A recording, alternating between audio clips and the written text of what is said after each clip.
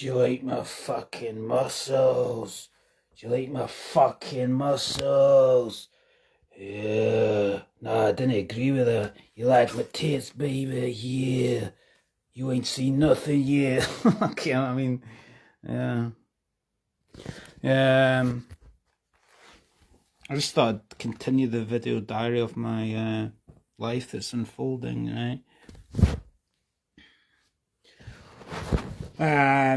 What's it what? I need a bit of music, I think, to get it going. I just finished a bitch of a workout. But the thing is, because I'm that geed, right? Obviously, because I'm that, you can, I'm geed, right? Obviously, really fucking geed. Geed, brilliant, excellent, sublime, excellent, excellent.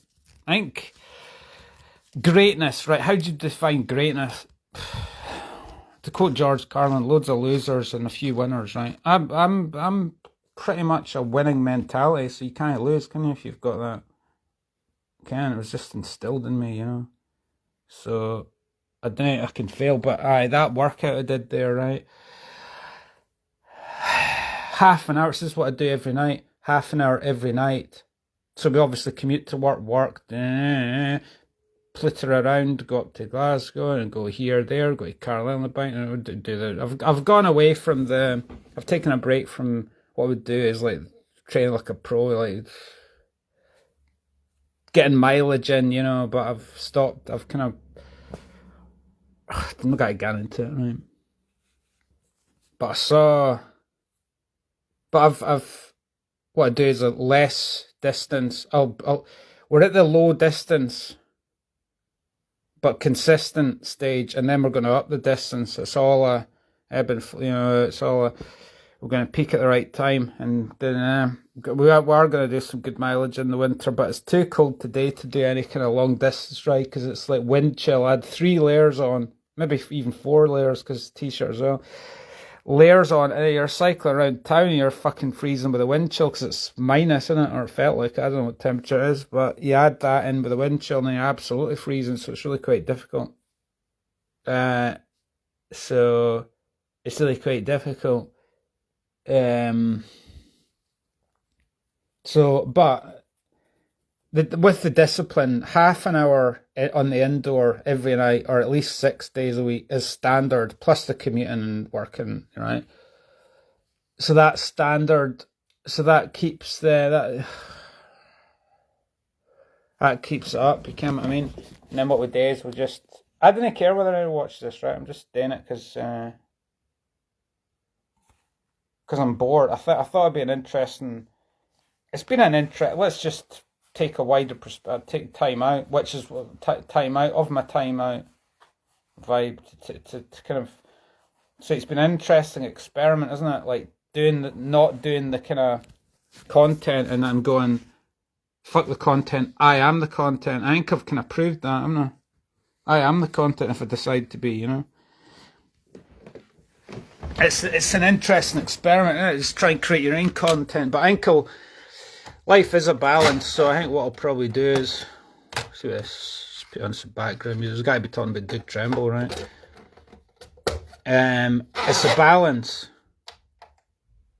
So I think I'll get back to, you know, being like, I won't be completely normal because I don't want to be completely normal like everyone else watching Netflix every night and just living in the Matrix. I think moving forward we'll do a little bit of Matrix stuff, you know, but we'll do the thing of like, let's watch a film and, you know, this is what that person said, and so I can become a repeater, as David Icke said. I could say, oh, this is what that person said in the film, you know, so I can have all the same things to talk about as everyone else, you know. I'll do that a little bit, but considering I've been out there and actually adventured and actually got some unique perspective to give, I think it's no surprise that I've been doing the whole kind of create my own content. People seem to think, this is all right, people seem to think that they're scared to escape the herd. But the herd's already cancelled me, so it's really quite orgasmic. I don't need to be like everyone else. Like that guy with the telly on his head, and he goes, they laugh at you because you're fucking weird. You laugh at them because they're all fucking different. I'm going to be doing a show at the Free State are all like Grant, so you can give a fuck what they think. If they didn't show up and take the piss, I don't care. You're lost, you know.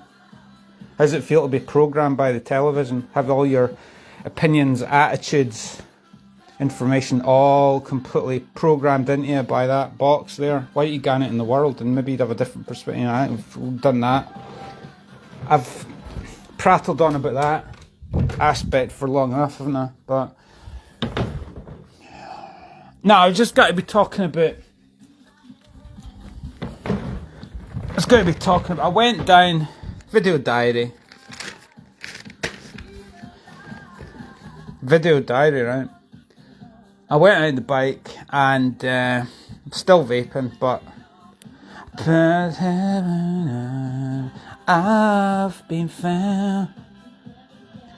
You've haunted me. You pulled my heart off the ground. No, there, I'm a different person. I'm the person that I'm not as good as him, but he's boring. He's boring. Seen interviews with him, he's just got personality bypass. Can you rap, sing, dance? Nah, that's all you do. I mean, and then you'll end up finishing your career being depressed as fuck and hate your life, and you go, oh, I didn't actually realise it was about being myself the whole time. I didn't need to do this shit, right? You could analyse that, couldn't you? You could say, do we respect the likes of Mark Beaumont more than these other people? Mark Beaumont's of the world, because like he's just a fucking, that's all he does. I'm better than him. He's just a lab rat. You're just a lab rat that takes EPO. Or I don't know if they take EPO. But I've taken all different drugs, not just EPO. You know, base, speed, MDMA, Eckies, coke, weed, amanita mushrooms. I've no done, what do you call it? He's not done any of those drugs. He's boring. I've not done psychedelics, right? But if you compare me to him, obviously I'm older, so I've had more chance to do more things than him. But right, I've done way more stuff. He's not done 200 mile at 20 mile an hour solo, and he's got all the coaching in the world. He still isn't able to do that. So I'm better than pro. And he hasn't got a university. I don't know if he's got a university. I don't know. But he's maybe multi-talented, but he just decides to do that. I didn't slag him off, but I'd have to look him up. But he's no done 1.6 thousand videos. He's no done the cycling achievements. He's no done the kind of creative achievements and the kind of short films and the, just tickling, discovering his own unique inner genius. See, when they interview him, he'll be like, it was really tough. I'm looking forward to seeing how I do the next day. That's all he'd be able to say, because he's totally controlled. He's no free.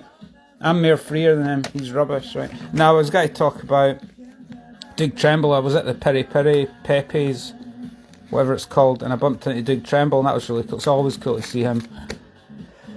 Because back in the day we used to play in a band. So we used to play Supersonic, give me gin and tonic, you can have it all, but how much do you want it now? You make me laugh. So you can't do that as well. I'm multi-talented. Yeah. Give me your autograph. I wouldn't even want his autograph. He should be asking me for my autograph, because I'm better than him. Do you know what I mean? He does everything I do is a work of art. He can't do the Max Cady impression, the Sons of Scotland. Yeah, he's not done all of that stuff, has he? Plus, he couldn't probably do. I work in a garden, he probably wouldn't be able to last it, he wouldn't be able to handle it. So I'm just such a force that, Sunshine, have you got any questions? And I know that is true, I can tell by the look in your eye, yeah. I could easily play Easterbrook Hall. I've already surpassed Easterbrook Hall, as I said before. Brain training, positive affirmation. See, I'm not doing this to try and convince you or convince myself. I already know this. I've already surpassed Easterbrook Hall. Yeah. Winning on the biggest stage. Yeah. set of a multi-million-dollar movie set. Yeah. Easterbrook, I'll give me a break. Could easily do the show. But anyway, I saw Doug Tremble. That goes to the point of what I was saying. I was having he noticed me. He saw the bike. And he was like, oh, David Keenan. And he'd had a few drinks at Coaching Horses. And he said, oh, I'll give him a big hug. And it was lovely. I said, oh, I'll give him a big hug. I said, oh, it's always lovely to see you, Doug. You know, bumped into him a few times. He's cool. I like Dougie. And so he's saying, I'm going to be playing at the Coach Churches, and we were talking about the wee kiddies, how they were doing it. We had a wee discussion, a wee laugh, and the first time, and I know that it's true. I can tell by the look in your eye, yeah. He couldn't do that, 'cause you're so shite. Best podcast in the history of Dumfries. He's just a lab rat. You're just a lab rat. And it helped save the soul of Dumfries. You know, that's what I did. I did that. I'm locally famous, so I didn't need to do that. I'm free to do what I want any old time. Yeah, because I can do a show at the, you know, here, there, and everywhere. And I can be an athlete if I decide to be. And I can do the other stuff, you know. So you can't mean I'm better than him.